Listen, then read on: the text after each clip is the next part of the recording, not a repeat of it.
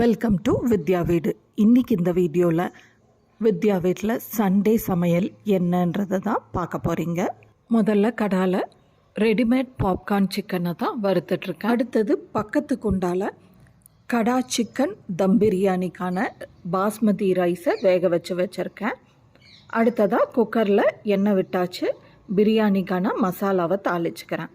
எண்ணெய் நல்லா சூடானதும் பொடியாக நறுக்கின பெரிய வெங்காயம் ஒன்று சேர்த்தி 2 பச்சை மிளகாயும் சேர்த்தி இதை வதக்கி விட்டுக்கலாம். வெங்காயம் வறுபட்டு வர்றதுக்குள்ளே பிரியாணிக்கான மசாலாவை அரைச்சி எடுத்துக்கலாம். மசாலாவுக்கு ஒரு 10 பல்லு பூண்டு, அதுக்கு ஈக்குவல் குவான்டிட்டி இஞ்சி, கூடவே ஒரு தக்காளி பொடியாக நறுக்கி போட்டிருக்கேன். அடுத்த ஒரு பிட் அளவுக்கு பட்டை, 4 கிராம்பு, இது கூடவே ஒரு கைப்பிடி அளவுக்கு புதினா தலை,